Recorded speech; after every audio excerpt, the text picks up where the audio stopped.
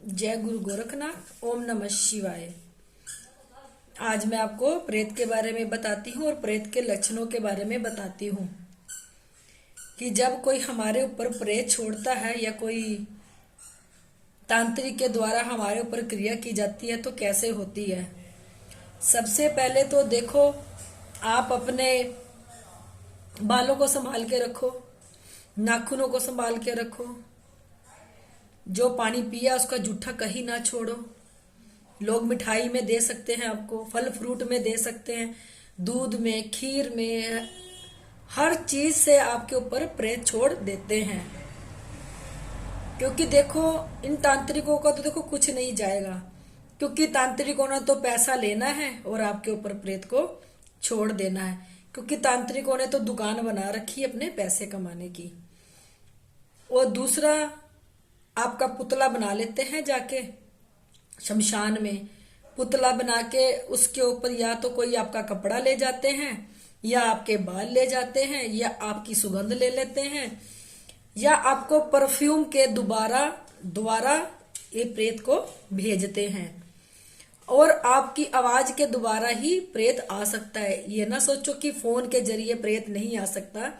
ये लोग फोन के जरिए भी प्रेत को भेज सकते हैं। इन लोगों से बचो, अपना ध्यान रखो। कोई दुश्मन है आपका, उससे का भी ध्यान रखो कि कोई आपकी चीज ना उठा के ले जाए। पैरों की मिट्टी से भी होता है, उसकी वजह से भी प्रेत घर में आ जाता है। क्योंकि देखो, ये कलयुग है। कलयुग में शक्तियां तो चलती नहीं, भूत प्रेतों की शक्तियां ही चलती हैं कलयुग में। और जब प्रेत आपके घर में आ जाते हैं, इसके लक्षण बताती हूँ। जैसे किसी ने आपके ऊपर प्रेत छोड़ा, अगर तो आप रात को सोए हुए हो, रात के टाइम किसी ने प्रेत छोड़ा, तो वो आपकी बॉडी में पूरा फिट हो जाएगा।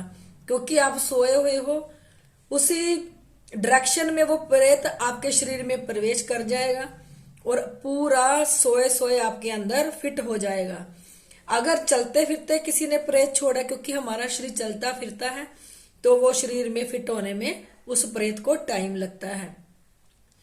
और जब प्रेत को अपने शरीर पे आ जाता है, सबसे पहले वो मोढों पे बैठता है, सिर पे बैठता है और रीढ़ की हड्डी पे बैठता है वो प्रेत। फिर जो मान लो कोई लोग किसी की पूजा कर रहे हो, माता की पूजा कर रहे हो, हनुमान की पूजा कर रहे हो, तो किसी को लगेगा कि इसको चौंकी आ गई, भी ये खेलने लग रहा है। क्योंकि वो इसलिए खेलता है, अपने शरीर को हिलाता है जोर जोर से। प्रेत जिसके शरीर में फिट होता है उसको जोर जोर से हिलाता है अपनी जगह बनाने के लिए। क्योंकि उस प्रेत की अभी जगह नहीं बनी होती, वो हिलाता है, पूरे सिर को हिलाने लग जाता है। लोग सोचते हैं इसको चौंकी आ गई, पर चौंकी नहीं होती। प्रेत सिर को हिला हिला के पूरी बॉडी में फिट होता है धीरे धीरे। जब वो पूरे शरीर में फिट हो जाता है तो वो इतने सूक्ष्म में हो जाता है, आप जोर लगा लो इसको हिलाने का, फिर वो हिलेगा नहीं।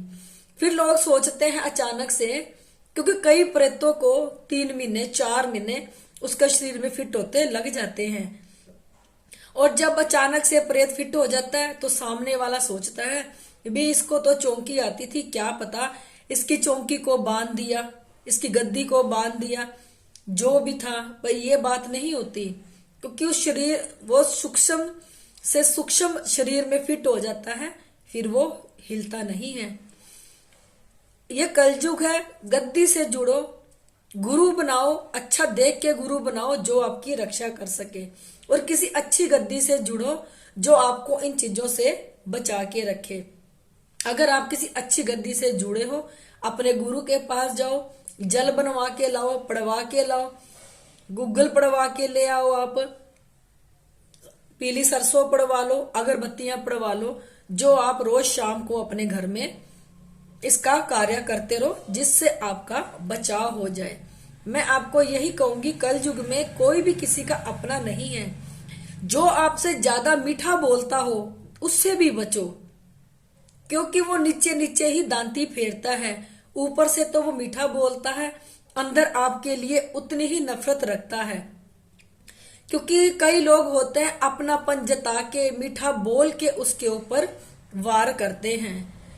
और इस कलयुग में आप पाठ पूजा करो, जाप करो, अपना ओरा स्ट्रोंग करो। जब आप पाठ पूजा करोगे, ओरा स्ट्रोंग करोगे, तो आपके ऊपर कोई भी नेगेटिविटी वार नहीं कर पाएगी। और जब भी आपने पाठ पूजा करनी है, जाप करना है, आपने ऊपर नेगेटिविटीज को जरूर चेक करना है। ये ना हो कहीं आप जाप कर रहे हो और आपके ऊपर जो नेगेटिविटीज है आपके घर में है, वो आपका सारा जाप खा जाए। ना ही आपका फिर ओरा स्ट्रोंग होगा, ना ही आपका कोई कर्म बनेगा, क्योंकि सारा कर्म तो आपका प्रेत खा गया। इससे बचो आप लोग।